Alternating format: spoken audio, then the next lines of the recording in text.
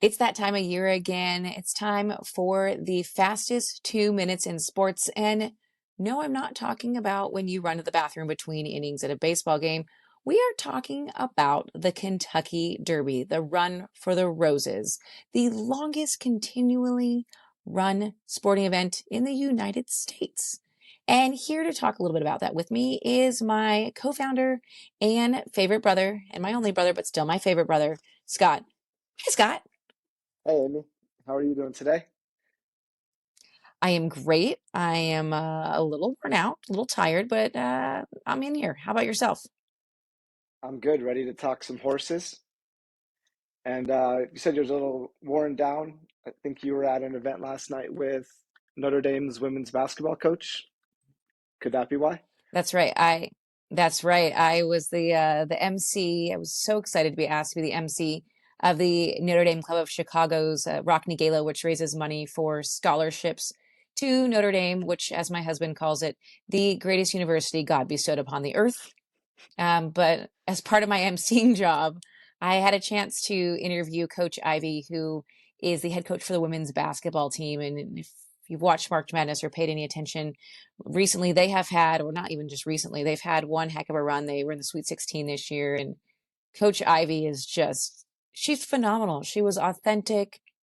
I think so often you get these people up in high places and they're just like a robot, right? They're just kind of churning out a robotic answer that they think people want to hear. And she did not. She was great. She was so fantastic and was had these great core values. Did you know I learned that it's a longstanding tradition for the women to paint their nails green during March Madness? Did not know that that was like a long time tradition. I was not aware either. Now I have to pay attention next season.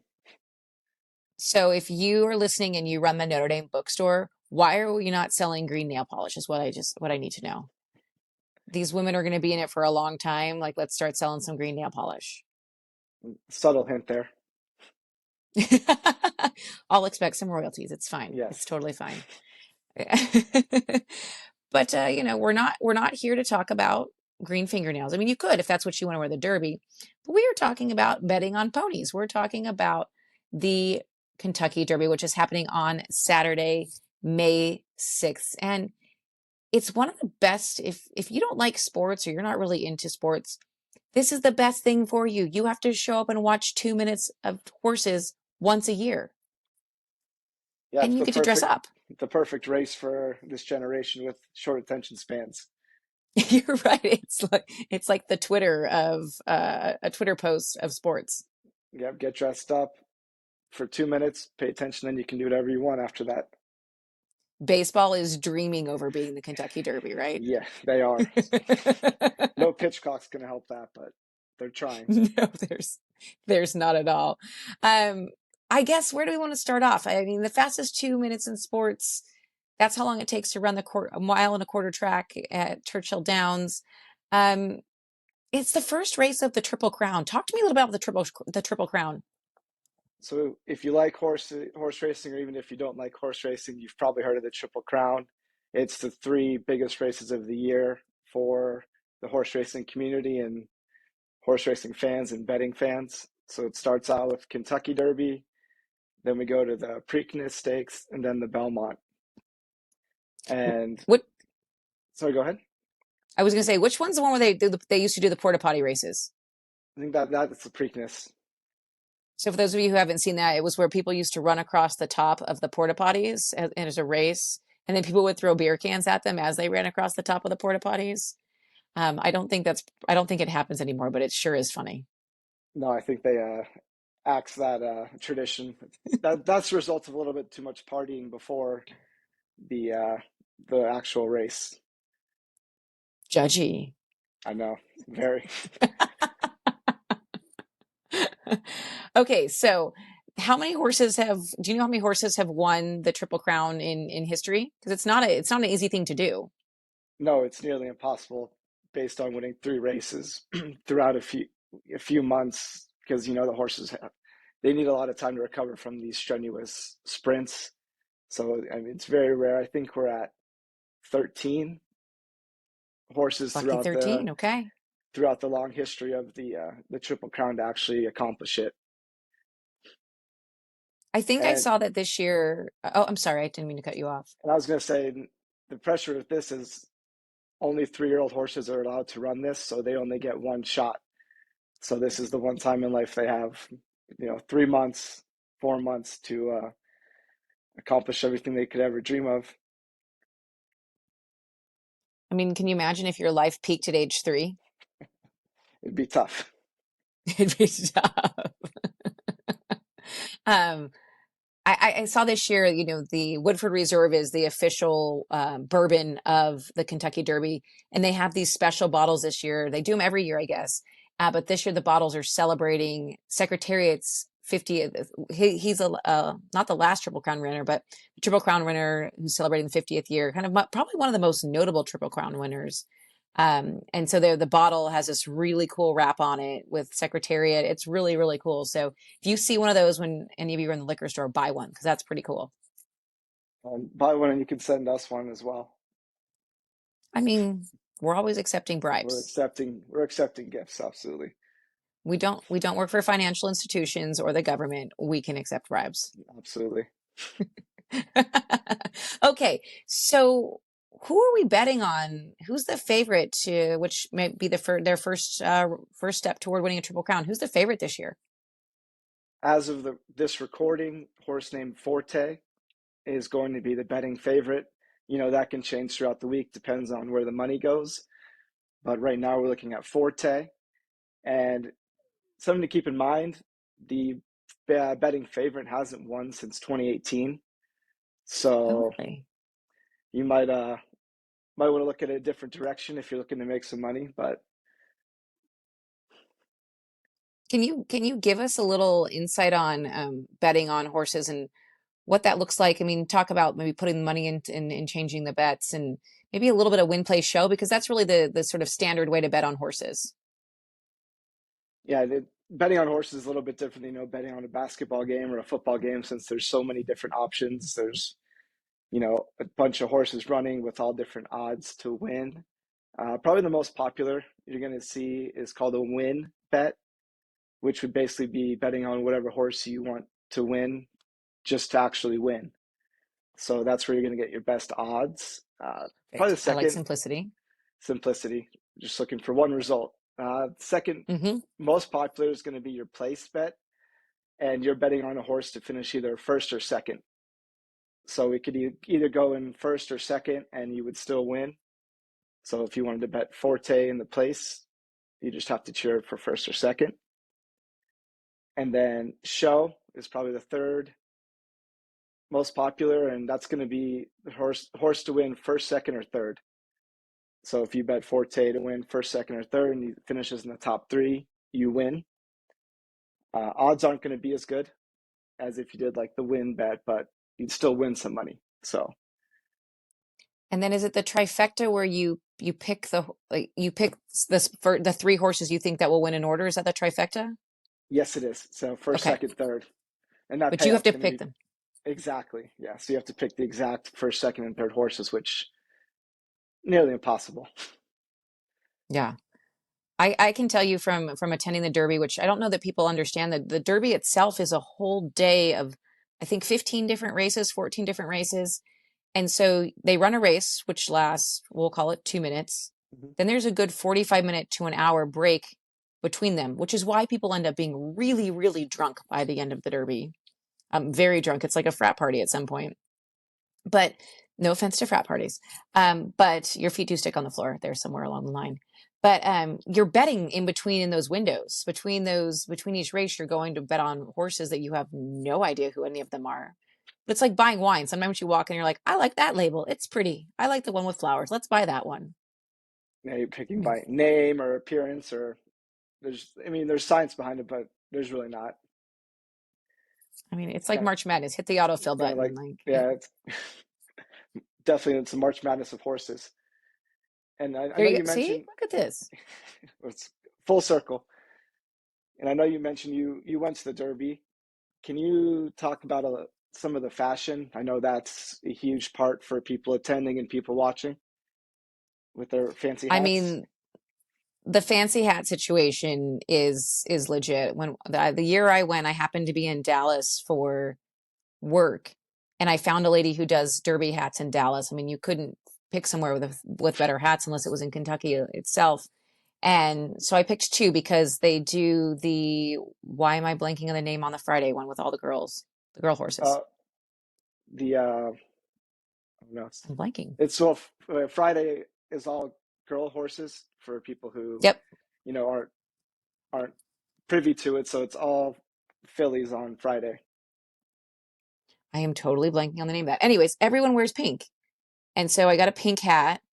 And so I did that for Friday, where it almost snowed. It was so incredibly cold.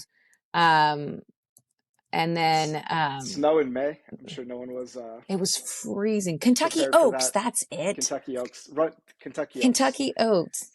all fillies. So all fillies. So they basically run a Kentucky Derby type race, but it's all female horses as the last race, whereas opposed to the Derby itself are male 3-year-old horses. Anyways, so I got two hats. I got a pink one for the Oaks, which was much less crowded. Then I got this really huge, like planet-sized hat for the actual Derby. And I'm not that tall, as you know, a whopping 5'5", maybe on a good day. Uh, and so I wore that hat, and it's crowded. Like going to any sporting event, you're on a concourse, and people are. It's an old venue, and so I just kept getting knocked around like a bobblehead. So I ended up carrying my hat most of the time. And so I would recommend, highly recommend, unless you're about 6 foot and taller, to wear something that goes up, a fascinator of some sort that goes up, because that makes a lot more sense. But everybody is dressed up. I'd say mostly everybody. There are a lot of homemade hats there. You know, a lot of people have crazy cool hats, but there's a lot of people who have hats that have like horses that are racing glued on them. And it's kind of fun because everyone sort of does their own spin on it. And so it was such a cool event. It's a lot of fun. I don't know that it's something I need to do on an annual basis. The Churchill Downs is in the center of a neighborhood essentially, and so getting in and out is really challenging. If you've ever been to a football game at USC, same idea. You're parking in people's front yards. Mhm. You're paying to park your car in their driveway, and so it becomes a really royal pain in the rear end. And there's a lot of traffic on the way out, and so that becomes it's a bit challenging, but it's fun. I mean, it's a great atmosphere.